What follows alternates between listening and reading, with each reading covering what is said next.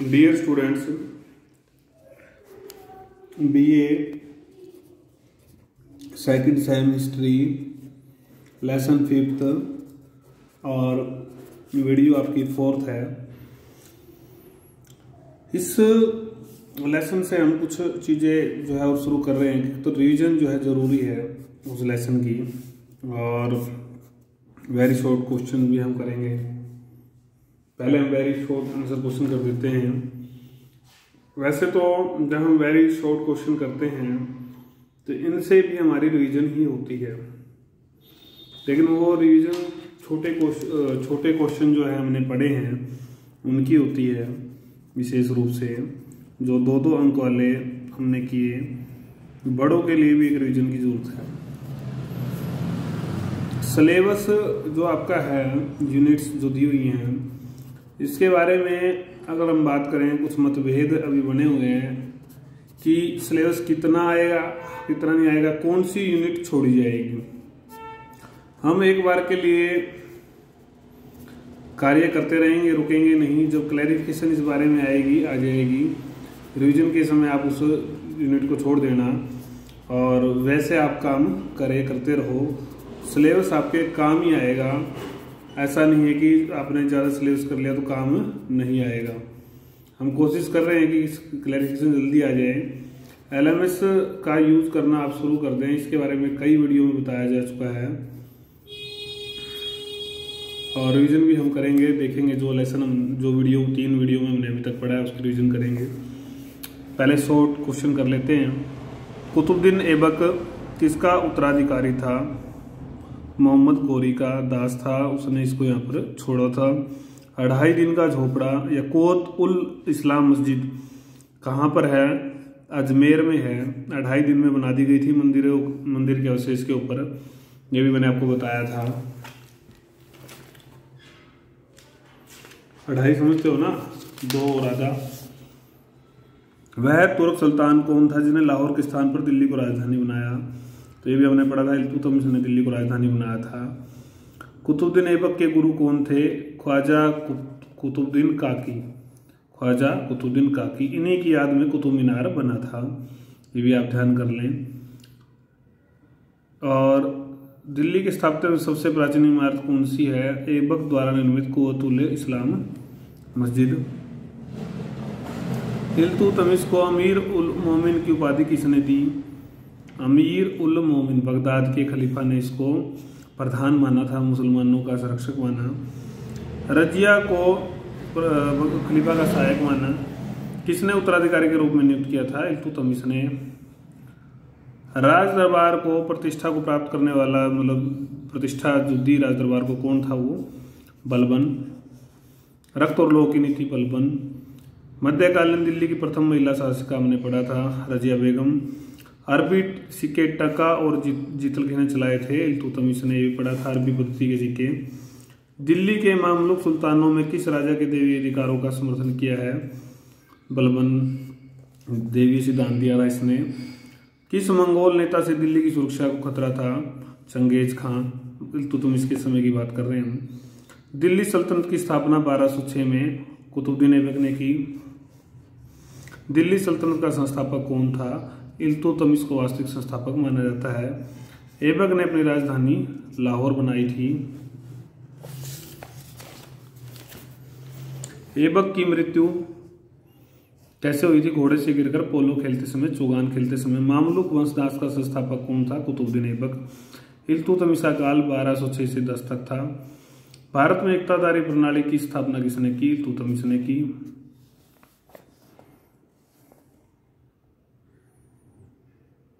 ये गलत निशान लगा दिया हमने, 1236 तक था क्योंकि रजिया को बनाया इसने, फिर ध्यान कर लें आप भी। इक्तादारी प्रणाली इल्तुतमिश ने चलाई। रक्त और लोह की नीति अपनाने वाला शासक कौन था? बलबन। इल्तुतमिश ने रणथंभौर पर 1226 में अधिकार कर लिया और परमारों की राजधानी मंडोर पर आक्रमण किया 1227। ये मैंने बताया था आपको। संभवतः पहला मकबरा निर्मित था इल्तुतमिश के द्वारा। इम्पोर्टेंट।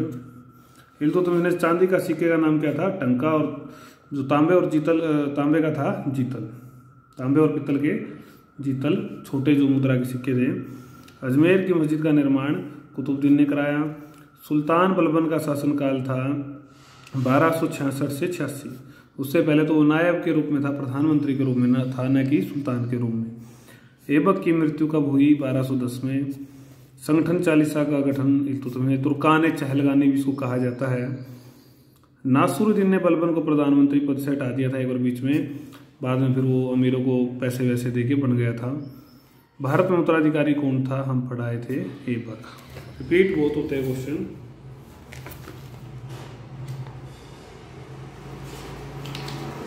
रजिया सुल्तान का जो पतन होने का जो कारण था मुख्य, वो क्या था? उसका स्त्री होना ही उसके पतन का सबसे महत्वपूर्ण कारण था, क्योंकि अच्छी प्रशासिका थी, सेना में ठीक है, कोई ऐसा बड़ा विद्रोह नहीं हुआ था, तो ये एक बड़ा कारण था।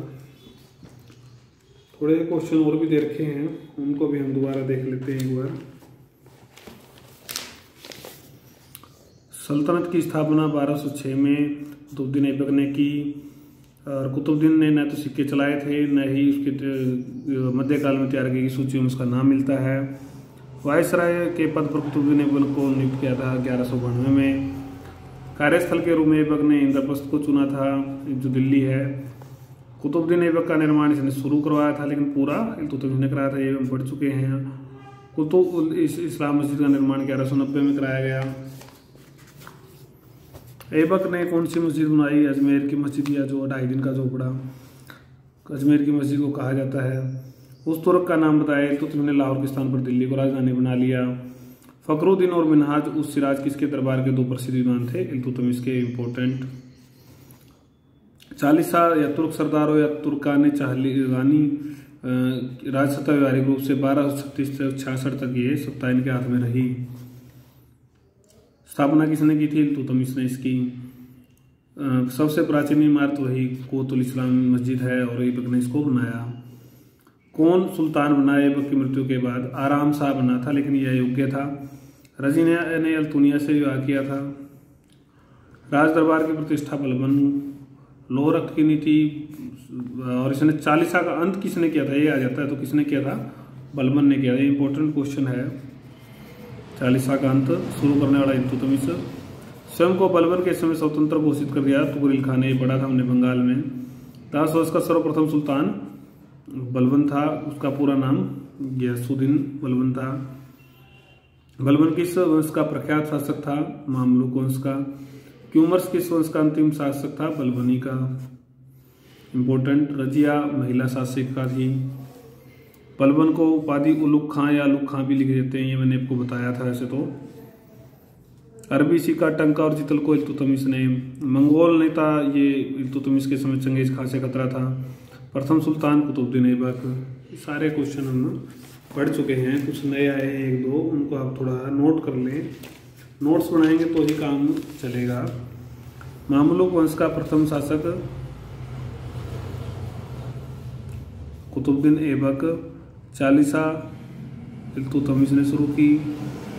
सुल्तनत काल का दरवेश नासरुद्दीन,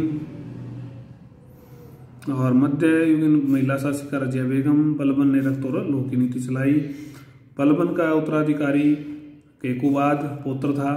अलबारी कबीले से संबंधित कौन था? इलबारी ये था, अलबारी से बलबन। मंगोलों का प्रसिद्ध नेता चंगेज खां। चहलगानी की स्थापना इल्तुतमिश। मोहम्मद गोरी का उत्तराधिकारी ऐबक। ये क्वेश्चन आपके वेरी शॉर्ट पूरे हो गए हैं।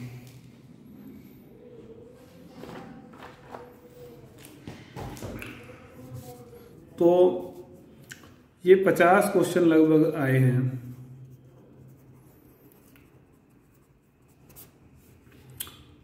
पचास और 100 क्वेश्चन जब हमने पाठ पढ़ा, 50 और जोड़ देंगे, टोटल 100 क्वेश्चन मिल जाते हैं।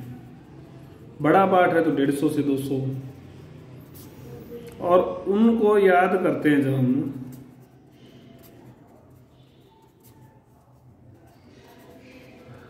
तो बड़ा जो क्वेश्चन है आपका 16 अंक वाला, उसके जो मेन पॉइंट्स होते हैं, मेन पॉइंट या हेडिंग, उसके अंतर्गत जो मटेरियल आपको लिखना है, कुछ फैक्ट, फैक्ट है, डाटा है, नाम है। तो ये कहाँ से मिलते हैं? ये 2-2 अंक वाले क्वेश्चन से ही तो मिलते हैं। तो अगर आपको ये अच्छे से याद है, ये 100 क्वेश्चन या 150 से 200 क्वेश्चन अगर याद हैं, तो 16 अंक वाला क्वेश्चन भी आपके लिए आसान हो जाएगा और अच्छा लिखा जाएगा। अच्छा लिखा जाएगा तो अंक भी आपको ज़्यादा मिलेंगे।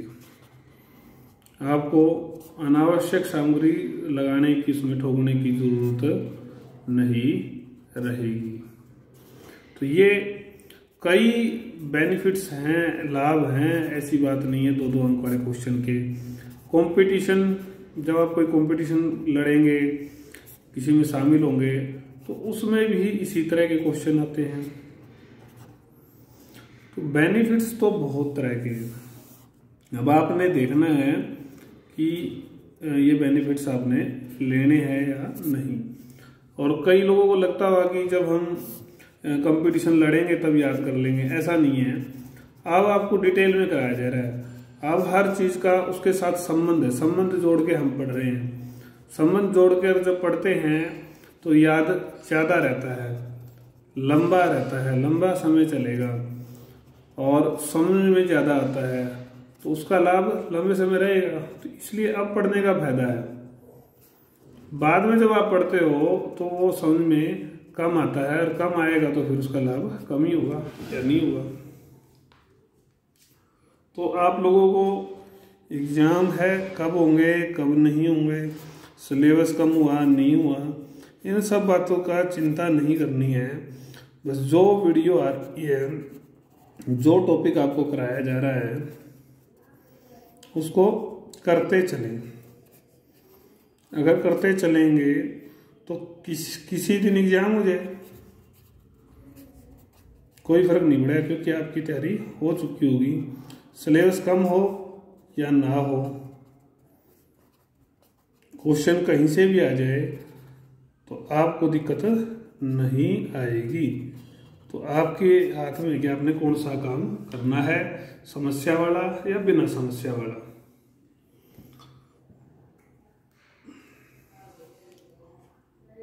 तो रिवीजन मैंने कहा था इसमें हम कराएंगे, तो रिवीजन के लिए हम देख लेते हैं एक बार। पहली वीडियो का जो मटेरियल है यही रखा हुआ है आपका,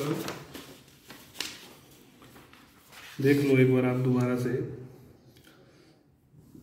दिल्ली सल्तनत का उदय व विस्तार कैसे होता है, उसमें मामलुक वंश की भूमिका में प्रमुख जो कुतुबुद्दीन ऐबक होता है, उसके सामने कुछ समस्याएं होती हैं, उनका वो समाधान करता है।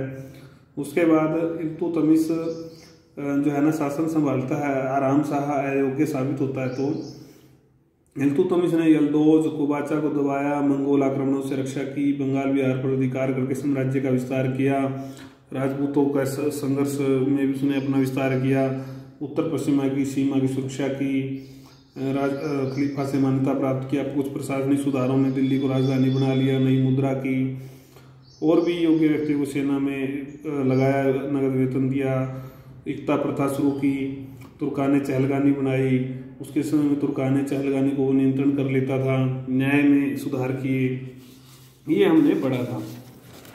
दूसरी वीडियो जो आपकी थी,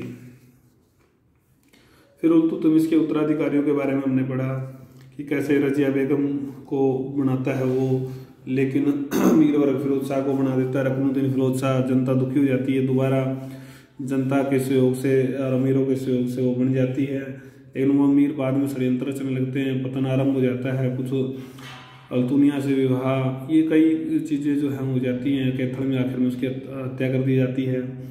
फिर गयासुद्दीन बलबन शासक बनता, गयासुद्दीन बलबन जो है नासरुद्दीन के समय में प्रधानमंत्री बनता है। 1246 से 66 तक प्रधानमंत्री रहता है और 66 से 86 तक वो शासक बन जाता है।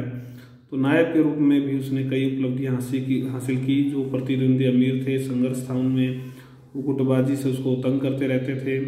उसी कारण से एक बार उसको नवाब के पद से हटा भी दिया गया था। फिर वो नवाब का पद प्राप्त कर लेता है और आखिर में मेवातियों का दमन करता है, विद्रोही राजपूतों जमींदारों के विरुद्ध कार्रवाई करता है। और मंगोलों का भी दमन उसको मंगोलों का दमन भी करता है। मंगोलों के प्रति भी एक नीति अपनाकर वो उत्तरी पश्चिमी सीमा के खतरे को कम करता है। शासक के रूप में वो रक्त और लौह की नीति अपनाता है।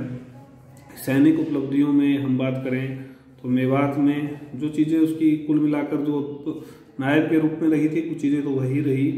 दुआब और कटहर जो गंगा यमुना का क्षेत्र था, वहाँ भी इसी पर मेवातियों जैसा ही हाल था। तो वहाँ भी विद्रोहियों के लाशों के ढेर बिछा दिए गए। फिर राजपूताना में भी जो है स्थिरता थी, वहाँ पर भी उसने कुछ काम किया। फिर मंगोलों के प्रति भी वही नीति अपनाई, योग्य सेनापति, किले की मरम्मत करवाई, नए किले बनाए, चौकी स्थापित की।